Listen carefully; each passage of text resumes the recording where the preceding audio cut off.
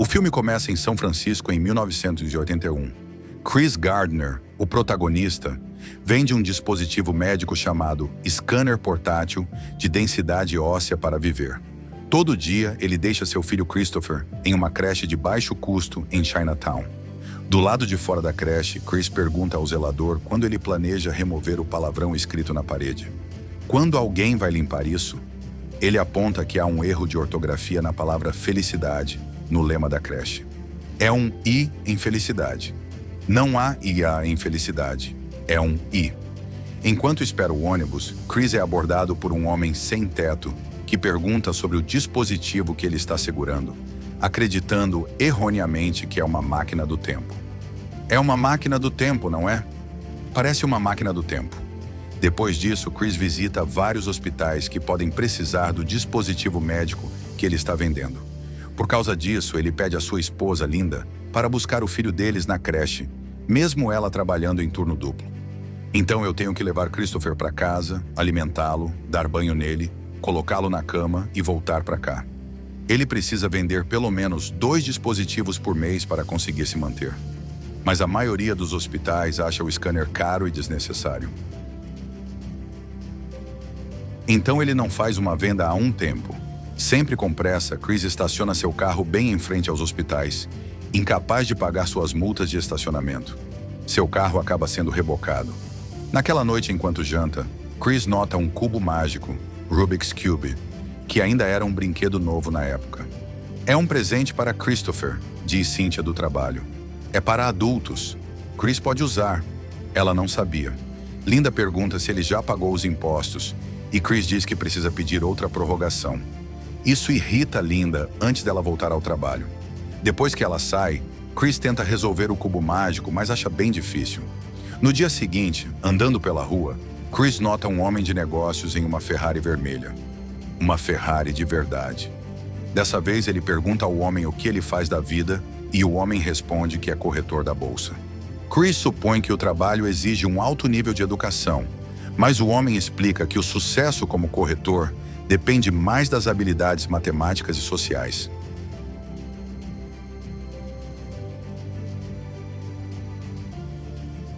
Depois dessa breve conversa, Chris olha ao redor e vê como todos parecem felizes. Ele se pergunta por que não pode ser assim e pensa nisso constantemente. Na manhã seguinte, Chris diz a Linda que planeja estar em casa às 6 porque vai se candidatar a um emprego como corretor da bolsa. Linda acha a ideia ridícula, o que irrita Chris. Eles discutem e Linda lembra que tem 2 meses de aluguel para pagar. Ela insiste que ele deve vender todos os dispositivos médicos restantes e deixar esse negócio para trás. É isso que estou tentando fazer pela minha família, por você e por Christopher. Chris vai até uma corretora para se candidatar, mas deixa seu dispositivo médico com uma artista de rua porque não quer entrar carregando aquilo. Ele dá a ela $1, prometendo dar mais quando voltar. Ele avisa a garota que ela não pode vender o aparelho de qualquer forma, caso decida roubá-lo. Eu nem consigo vender e é o meu trabalho. Lá dentro, ele encontra um representante de RH de um escritório satélite. O representante explica que eles recebem um grande número de candidaturas. Ele apenas ajuda as pessoas a preencher os formulários e depois as envia para Jay Twistle, no escritório principal, que lida com o assunto. Enquanto conversa com o RH, Chris nota a artista de rua fugindo com seu dispositivo, o que o faz sair correndo rapidamente. Ele pega o formulário de inscrição e sai em perseguição, mas apesar de uma longa corrida, a artista foge em um trem. Naquela noite, Chris volta para casa com o formulário de inscrição, mas não consegue dormir, se criticando por ter perdido o dispositivo médico caro. Na manhã seguinte, durante o café, ele assiste ao noticiário sobre o cubo mágico, que diz que um professor de matemática resolveu o quebra-cabeça em 30 minutos. Quando ela sai para o trabalho, Linda pede a Chris que volte sem o dispositivo.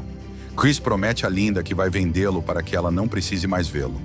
A caminho da creche, pai e filho discutem o erro de ortografia na palavra felicidade no lema da creche. Está escrito com I, mas deveria ser com I em happiness. Está escrito certo. Está certo. Mas isso não faz parte do lema. Então você não deve aprender Isso é uma palavra de adulto. Chris descobre por seu filho que eles assistem séries de TV na creche, em vez de ter aulas, o que o irrita a ponto de ele repreender uma babá, dizendo: "Ele disse que está assistindo TV." Um pouco de TV de história. Love Boat. Ah, história. Marinha. Isso não é a Marinha. Ele poderia assistir TV em casa. No entanto, ela diz que ele pode ir e pagar mais em outra creche. Além disso, ela aponta que ele costuma se atrasar nos pagamentos, então não tem direito de reclamar. Você poderia pelo menos colocar o cachorro no seu quarto ou algo assim? Depois disso, Chris vai a Dean Witter Reynolds entregar seu formulário de inscrição completo diretamente a Jay Twistle, o chefe de RH. A conversa deles é breve porque Jay está com pressa. Ao sair do escritório, Chris vê a artista de rua e seu cúmplice carregando o dispositivo médico roubado. Enfurecido, ele corre atrás deles. Tentando escapar de Chris, a artista pula em um ônibus. Chris narra que gastou todas as suas economias nesses aparelhos. "Gastei todas as nossas economias nesses equipamentos, acreditando que fossem revolucionários. Até pedi ao senhorio para tirar uma foto, mas a maioria dos hospitais e médicos os viam como luxos desnecessários. Então, se eu perdesse um, era como perder um mês de comida." Depois de uma perseguição determinada, ele finalmente recupera o dispositivo. Sentado em um ponto de ônibus, Christopher lembra o pai da promessa de vender os aparelhos. "Não era para eu ter um novo empréstimo." "É, eu sei. Agora você tem que vender." Mais tarde naquele dia, Linda nota os 2 aparelhos em casa e fica completamente desapontada. Depois de dar uma bola de basquete de presente de aniversário para o filho, Chris tenta explicar a Linda o que aconteceu mais cedo, mas ela não quer ouvir. Chris promete que tudo vai ficar bem, mas Linda já não acredita mais nele. Na cena seguinte, Chris encontra Jay enquanto ele tenta pegar um táxi e o lembra do formulário de inscrição que enviou um mês antes. Jay tenta se desculpar, dizendo que tem um compromisso. Percebendo uma oportunidade, Chris mente, dizendo que está indo para o mesmo lugar e oferece dividir a corrida. Jay aceita relutantemente e os dois entram no táxi. Dentro do carro, Chris fala sobre suas habilidades e personalidade, mas Jay está muito concentrado em resolver um cubo mágico para ouvir. Chris percebe e se oferece para resolver o cubo para chamar a atenção de Jay. "Tenho quase certeza de que consigo, mas você não pode me deixar ver." Cético, Jay entrega o cubo. Chris explica a mecânica do quebra-cabeça enquanto trabalha nele, e o motorista escuta atentamente, segurando seu próprio cubo nas mãos. Jay brinca que andaria o dia todo só para ver Chris resolver aquilo antes de chegar ao destino. Chris completa o quebra-cabeça, impressionando tanto Jay quanto o motorista. "Bom trabalho."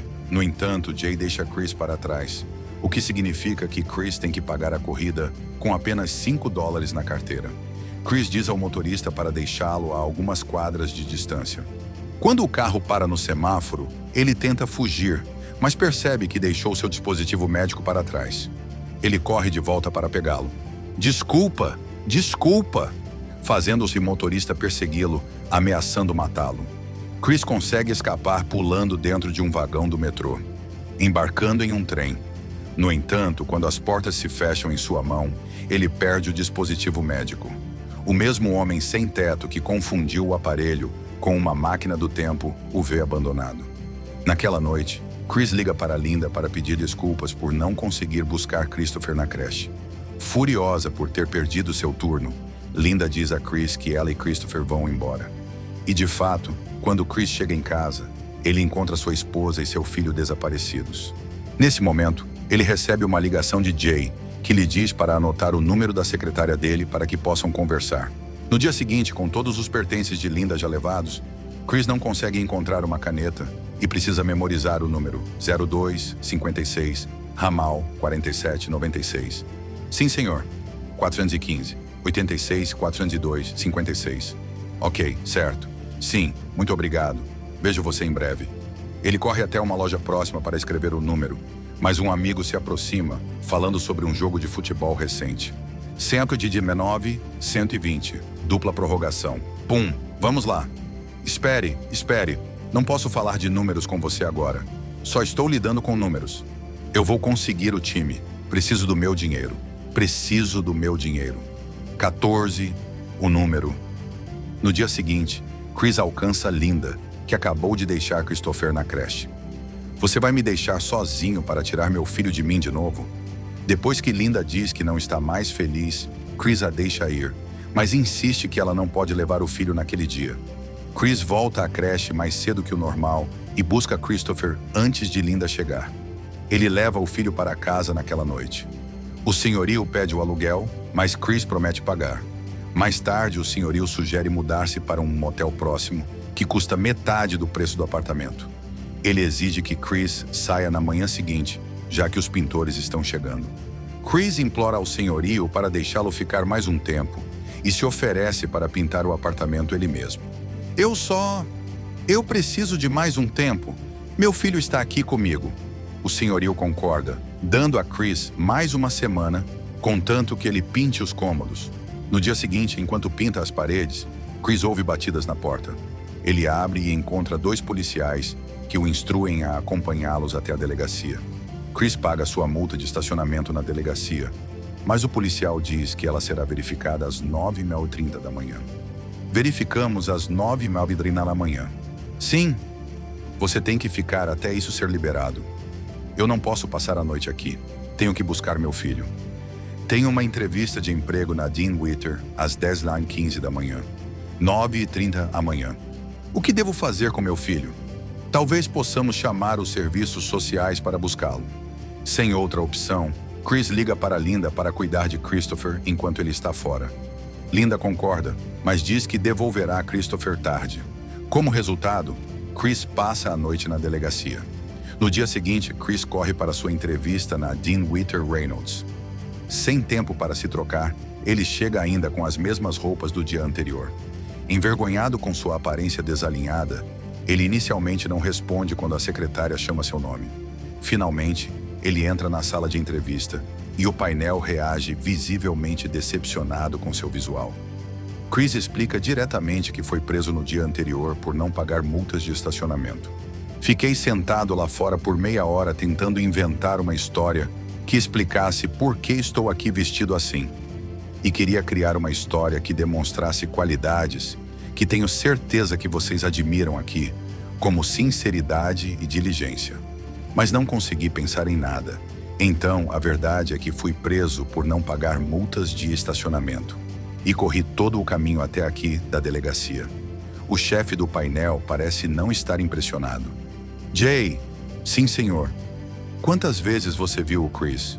Não sei. Uma vez a mais do que deveria, aparentemente. Você já se vestiu assim? Não, sempre de paletó e gravata. Ele tem esperado do lado de fora do prédio com uma geringonça de uns 20 quilos há mais de um mês. No entanto, as habilidades de comunicação de Chris se destacam e ele consegue fazer o painel rir, aliviando a tensão da sala. O que você diria se um cara entrasse para uma entrevista sem camisa e eu o contratasse? Ele deve estar com uma calça muito bonita. Depois, Jay parabeniza Chris por impressionar o painel, apesar da roupa informal. Contudo, Chris diz que vai pensar sobre o trabalho, pois descobre que há um período de estágio de 6 meses sem pagamento algum, mas Jay o incentiva a continuar. Sabe como eu vou parecer se você desistir? Sabe como vou parecer para os sócios? Sim, como um idiota, totalmente. Esta noite eu juro que vou preencher sua vaga, eu prometo. No caminho de volta para casa, Chris reflete sobre os riscos do emprego. Nenhum salário por 6 meses e apenas um estagiário seria contratado no final do programa. Se falhasse, nem poderia aplicar o treinamento de 6 meses em outra corretora. Tudo isso torna Chris hesitante. Seu único recurso para os próximos 6 meses são seus 6 scanners, que ele ainda pode tentar vender. Após a entrevista, Chris volta para casa para terminar de pintar as paredes antes que Linda e Christopher cheguem. Mais tarde, Linda retorna com o filho. Naquela noite, enquanto Christopher dorme, Linda diz a Chris que planeja se mudar para Nova York para trabalhar como garçonete. Chris concorda com a condição de que Christopher fique com ele, acreditando que pode cuidar do filho. Linda, chorando, os deixa para sempre. A propósito, alguém sabe para que serve essa alavanca, certo? Resposta certa nos comentários. Quero ver quantas pessoas sabem a resposta certa.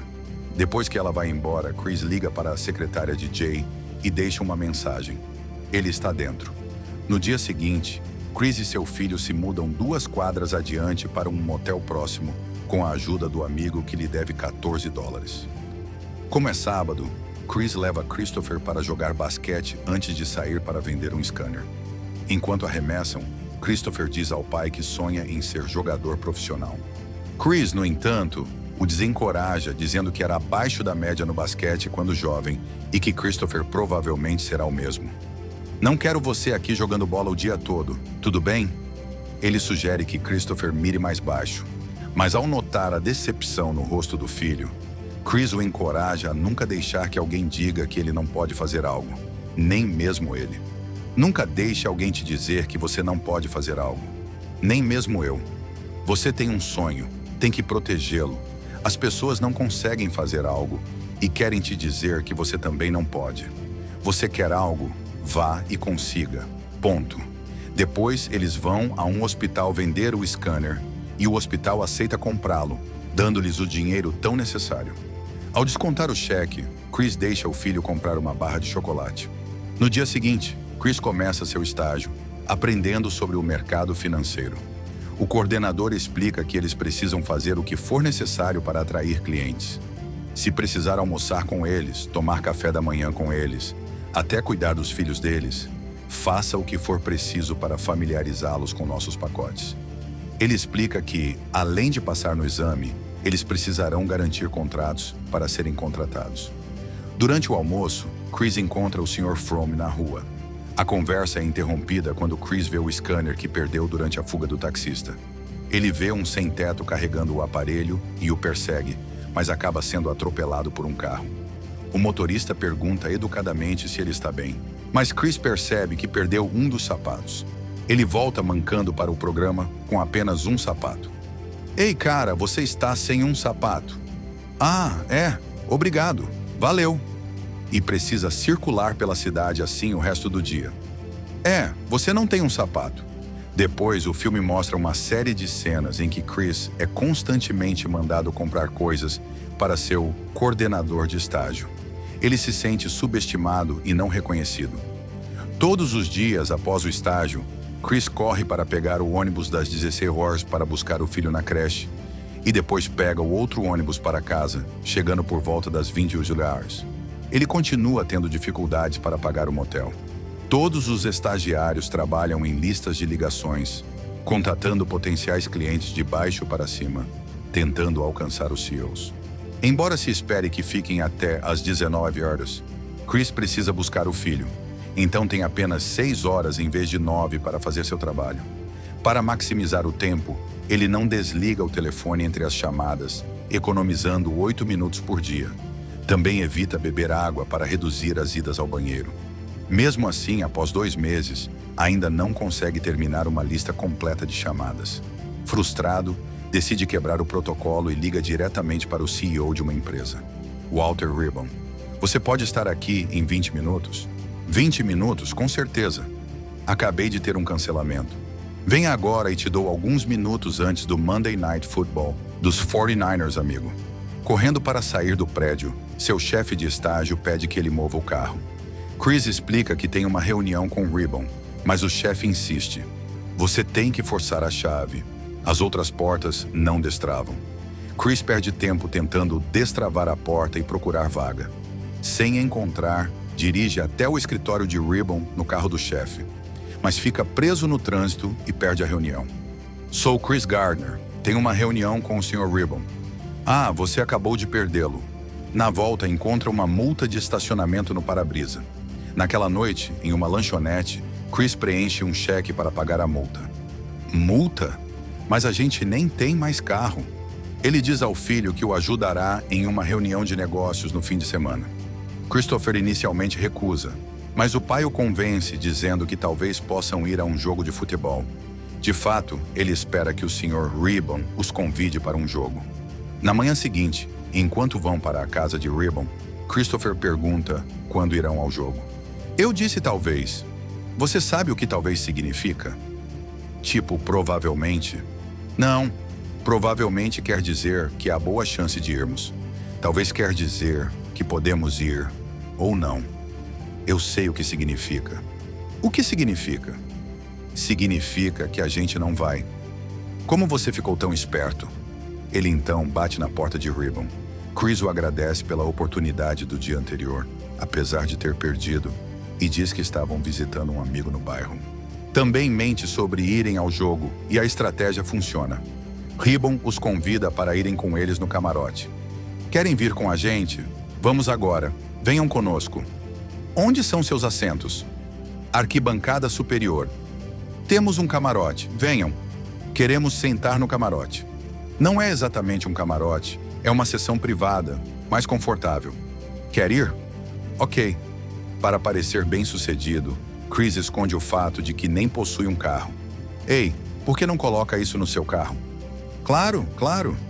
Ah, o que aconteceu? Acho que fui picado por uma abelha. Durante o jogo, Ribbon admite que gosta de Chris, mas diz que não há chance de aceitar sua proposta. Relaxa, aproveite o jogo. Mesmo assim, Chris e o filho aproveitam o jogo e ele faz contatos com Ribbon e seus colegas. Após 4 meses, Chris vende todos os scanners, tendo dinheiro suficiente para terminar o estágio. Porém, esse progresso é interrompido quando o IRS confisca sua conta bancária por impostos não pagos, deixando-o sem nada. Desesperado por dinheiro, Chris pede ao amigo que lhe deve, mas o amigo diz que a dívida já foi paga quando o levou ao motel. Me levou 2 quadras, Wayne. São 200 metros. Irritado, Chris discute até o amigo bater a porta na cara dele. Mais tarde, vendo o filho brincar no parque, Chris vê o dispositivo médico perdido no metrô. Ele alcança o sem-teto que o carrega e o recupera. Mas o homem começa a gritar que precisa da máquina do tempo para voltar e ver Jimi Hendrix queimando sua guitarra. Minha máquina do tempo! Olhe minha máquina do tempo! Chris e Christopher correm para vender o aparelho, apenas para descobrir que está quebrado. O hospital promete pagar quando estiver consertado. Chris, volte quando estiver funcionando. Tenho que consertar agora. Agora! Chris fica arrasado. Naquela noite, voltam ao motel e encontram seus pertences do lado de fora. Chris tenta abrir a porta, mas a fechadura foi trocada. Exausto, Christopher começa a chorar, implorando para o pai deixá-los entrar. Abra a porta! Você ouviu o que eu disse? Vamos! Pare! Sem ter onde ficar, Chris procura a ajuda do amigo que lhe deve dinheiro. Espere, espere! Mas o Wayne nem abre a porta. Sem outra opção, Chris e o filho são forçados a se mudar novamente, mesmo exaustos. Eles acabam em uma estação de trem, onde Christopher diz que o aparelho não é uma máquina do tempo, como o sem-teto disse. Para animá-lo, Chris finge que é. Sim, é. Temos que achar uma caverna para nos esconder dos dinossauros. Uma caverna. Eles se movem até o banheiro fingindo o jogo e passam a noite lá. Enquanto o filho dorme, Chris chora silenciosamente, sentindo o peso daquele momento. Ele cobre os ouvidos de Christopher quando batem na porta. No dia seguinte, Chris vai trabalhar com uma mala. Jay percebe e pergunta para onde ele vai, e Chris inventa uma história sobre jogar golfe com clientes em Sacramento. Legal, deixa ele ganhar uma rodada. Na cena seguinte, Chris e Christopher tentam abrigo em um centro para sem-teto, mas são recusados porque é só para mulheres e crianças. Então ele pode ficar, mas você tem que achar outro lugar. Temos que ficar juntos. Uma funcionária os direciona a outro abrigo a alguns quarteirões de distância, e eles correm para chegar antes das 17 horas. Depois de esperar na fila, quase são recusados porque o abrigo está quase cheio, mas conseguem um quarto depois que a segurança descobre que o homem na frente tentou furar a fila. Dentro do abrigo, Chris cobre o filho e tenta consertar o scanner quebrado. Ele lê livros sob a luz da rua, já que a eletricidade é cortada à noite. A rotina diária de esperar na fila vira parte da vida deles. Chris leva sua mala para o trabalho todo dia e inventa histórias diferentes sobre o motivo. Aprende a encerrar conversas rapidamente com clientes, pois precisa pegar a fila cedo. Um dia, Chris e o filho participam de uma missa no abrigo após ele estudar para o exame final do estágio. No dia seguinte, Chris termina o teste rápido para chegar a tempo na fila. Ao sair, o Sr. Fromm, saindo de um táxi, pede dinheiro emprestado porque esqueceu a carteira. Apesar de ter pouco, Chris lhe dá $5. Infelizmente, ele e o filho chegam tarde ao abrigo e precisam procurar outro lugar para dormir. Para ganhar dinheiro, Chris doa sangue e usa o pagamento para comprar a peça que falta para consertar o scanner. Para que serve isso? Para consertar a luz. Posso ver? Claro, só não quebre, a menos que queira dormir no quarto comigo pelo resto da vida. Não me importo. Ah, vai se importar. No abrigo, Christopher pergunta se Linda foi embora por causa dele. Chris diz para nunca jamais pensar isso. Você não teve nada a ver com ela ter ido embora. Ah, que bom, pai. Depois de colocar o filho para dormir, Chris finalmente conserta o scanner. No dia seguinte, ele o vende, ganhando dinheiro suficiente para mais algumas semanas. Animado, diz ao filho que vão ficar num hotel naquela noite. Um hotel, só por uma noite. Pode voltar para o abrigo se quiser. Não, obrigado. Nunca mais, espero. Eles passam a noite num bom hotel, curtindo o conforto de uma TV. Na manhã seguinte, Chris e o filho vão à praia para fugir da dureza da cidade. Com o tempo, Chris consegue contratos com vários amigos de Ribbon que conheceu no jogo de futebol. Na cena seguinte, Jay o parabeniza em seu último dia de estágio, enquanto estão no banheiro. Elogia Chris por ter conseguido muitos clientes e diz que, independentemente do que aconteça, ele fez um trabalho fantástico. A mensagem soa como despedida, deixando Chris nervoso. Mais tarde, Chris é chamado por seu coordenador, que o leva até o Sr. Fromm. Notando que Chris está com uma camisa nova, o Sr. Fromm comenta. Chris diz que é porque é seu último dia como estagiário. Fromm responde que espera que ele use a mesma camisa amanhã, porque amanhã será seu primeiro dia como funcionário efetivo. Foi fácil assim? Não, senhor, de jeito nenhum. Chris não consegue conter as lágrimas e agradece ao painel. Fromm devolve os $5 que havia emprestado. Depois, Chris sai do prédio, narrando que essa parte da minha vida é chamada de felicidade. Ele vai direto buscar o filho na creche e o abraça forte. O filme então revela que Chris fundou sua firma de investimentos, Gardner Ridge, em 1987. O filme termina com Chris e seu filho caminhando juntos, brincando e se divertindo, enquanto o verdadeiro Chris Gardner passa por eles. Um epílogo revela que Chris Gardner eventualmente conquistou um acordo milionário em 2006. A jornada de um homem que saiu das ruas para se tornar dono da própria corretora e inspiração para milhões no mundo todo. Se você gostou desse vídeo, não esqueça de se inscrever no canal e deixar o like, isso ajuda muito o nosso trabalho. Obrigado por assistir e nos vemos em breve.